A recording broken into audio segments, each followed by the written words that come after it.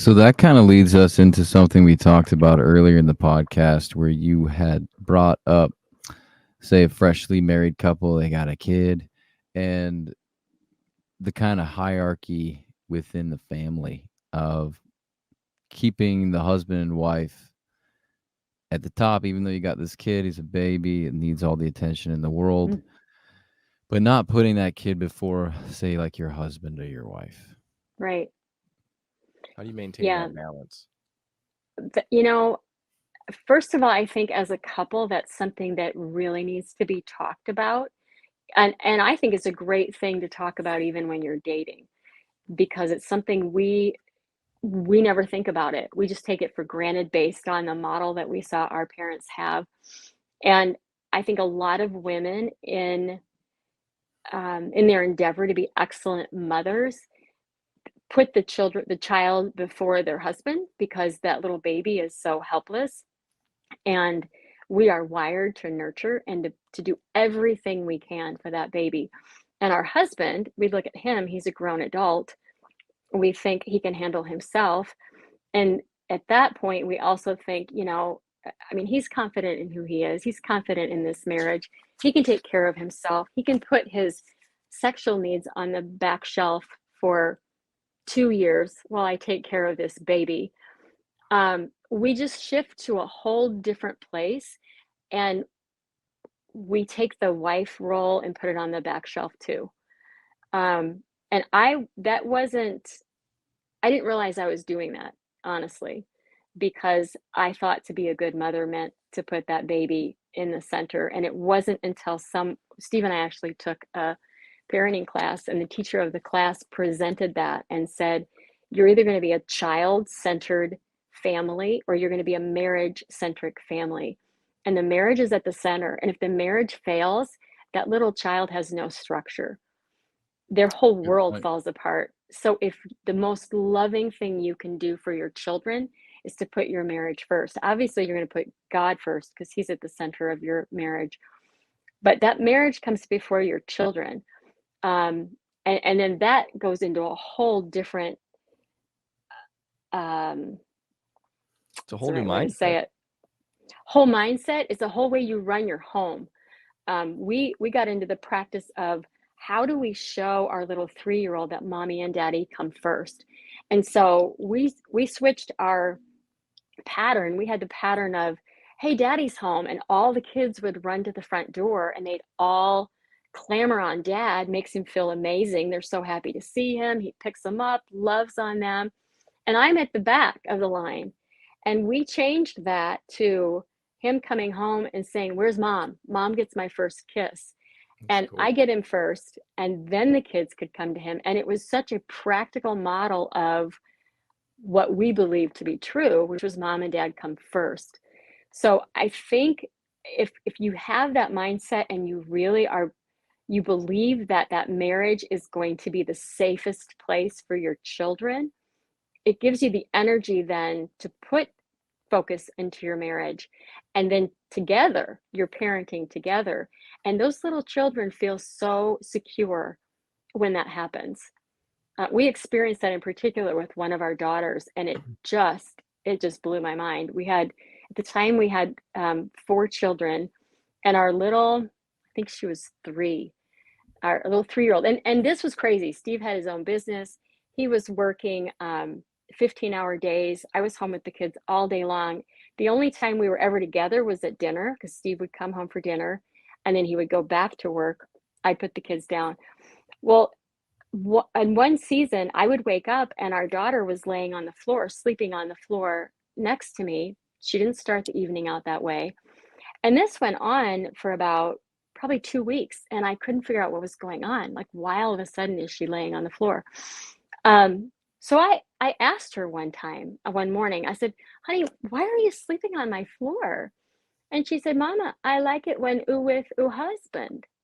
Aw. And I thought, number one, what 3-year-old says husband? And number two, it sobered me to realize the only time mommy and daddy were together in her mind were in bed. Mhm. So we changed, this was not our idea, it was an idea of another couple, but after dinner, since the only time we had was this dinner hour when Steve came home, right after dinner, we went and sat on the couch, mommy and daddy. He put his arm around me and we said, for 10 minutes, mommy and daddy have our time. And we put the baby in the playpen, we put the other little kids on the floor and said, you can't interrupt us for 10 minutes. You can go to your room, you can play toys, but this is our time. And we did it so they could see us being a couple. Mhm. We didn't get a lot talked about in 10 minutes, but it really was so, again, we could model to our children that our marriage was important. That's so cool because a That's lot of awesome. couples I could see in their heads, they might be like, it's selfish for us to spend time together and we have kids that need our time. Yeah. When the way you explain it, it's like you're teaching a vital lesson to your kids by showing each other love in front of them, showing spouses having priority over the kids in front of them. Yeah. Um, And our daughter, I will say, I didn't say anything to her, but she stopped coming in our bedroom after that. wow. I know. We were just floored. I'm like, how in the world did that happen? But you can't make that up. You can't. Like boundaries are so empowering for children when they see the Mm-hmm. boundaries that their parents put up.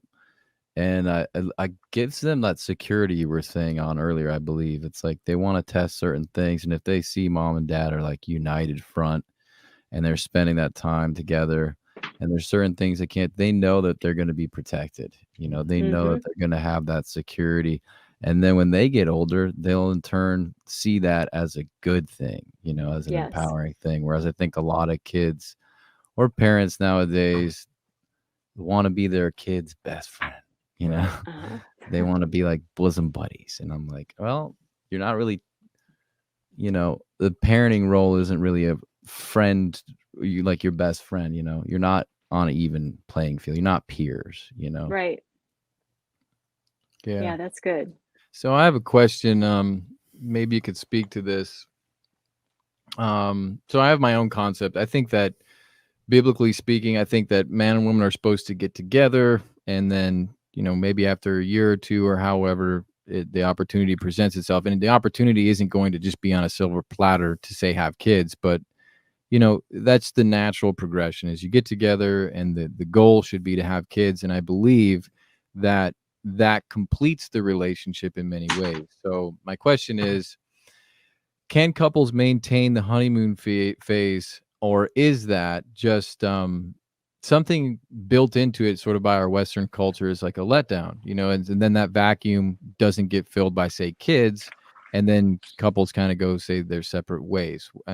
What do you think about that? Is the honeymoon phase something that's fair for people to say, well, we need to, if we're meant for each other, we're supposed to sustain and maintain this honeymoon sort of, peak, or should it naturally and respectively healthily change in a different direction? How does that look in your experience? Well, I have heard, I can't quote to you the resource, but I have heard that honeymoon high lasts about 2 years. Mm-hmm. And it's typical then, real life sits in, and now you become partners who are doing life together. Um, and to me, that's when the friendship comes to bear, and that's when the partnership comes to bear, where you are on each other's team, where you are believing the best about them, where you are a safe place to come home to, where you're going to rally and be their support, and you're going to provide what the other one needs. And you've just become one. You become a unit where you're stronger together than you were apart. That to me is a depth of love that has honeymoon moments. I think that which is That's why good. they will say, go out on a date, get away for a weekend once a year, something like that. I don't think it's reasonable that a couple is always going to be um, just giddy or all over each other. I think Mm-hmm. those couples are really rare, and I think that that's their personality. That's good. Those depth of love moments, how profound are they when they do occur? Oh gosh, they come in different ways. I mean, to me, that's just what marks your marriage. The whole for better, for worse. Um, y- one of the things that happened in our marriage is I had a brain tumor and had to have surgery to have that tumor removed. We had 6 children at the time. Our youngest was 3. And that was a depth of love moment because Steve knew that if he lost me, he was losing more than, well, actually, I said, I know you're losing the mother of your children. He goes, are you kidding me? I'm losing my best friend. I mean, this is huge to me, Michelle. And to have, you don't consider that every day, the fact that you might lose one another. I don't live with that reality. But that was a severe moment that brought us face to face with what we meant to each other. So that can be a for worse instance. It could be a for better instance where you're just so stinking proud of, what your 12-year-old did on the baseball field. And you're just, it's like, this is our dream. We're living the dream. I think you're going to experience those moments more often if you live in that mindset that life has the seasons. I live in looking for what is my for better, and this is just a for worse. It's part of the package. It's what comes with it. But at the end of the day, there's no one else I would rather do with it, which is something we hear people say. But I think we say that because it's tough. We are doing hard work together. True. And we're just so thankful for the person who put in the same amount of sacrifice that we did. Mm-hmm. Yeah, I think those moments you really see the humanity in your partner, and you see that sacrifice, and it's the same thing that moves us when we see the passion, the passion of Christ, and you see the, it takes those moments for you to self-realize. I think that's why God puts us through those tests of faith, and having a child, all these things teach you the depth, like Joe, like that question, because a lot of people don't know what does the depth look like in that relation. They have no idea because they're used to like honeymoon phases, or just one relationship after another. Then the honeymoon thing maybe fizzles out, and they're just not staying with the harvest long enough to see any fruit born from the relationship. So it's really good to hear you speak to that, with having 15-hour days, 6 kids, illness, all these things present themselves, and marriages do and can flourish in that. So that's a huge testimony.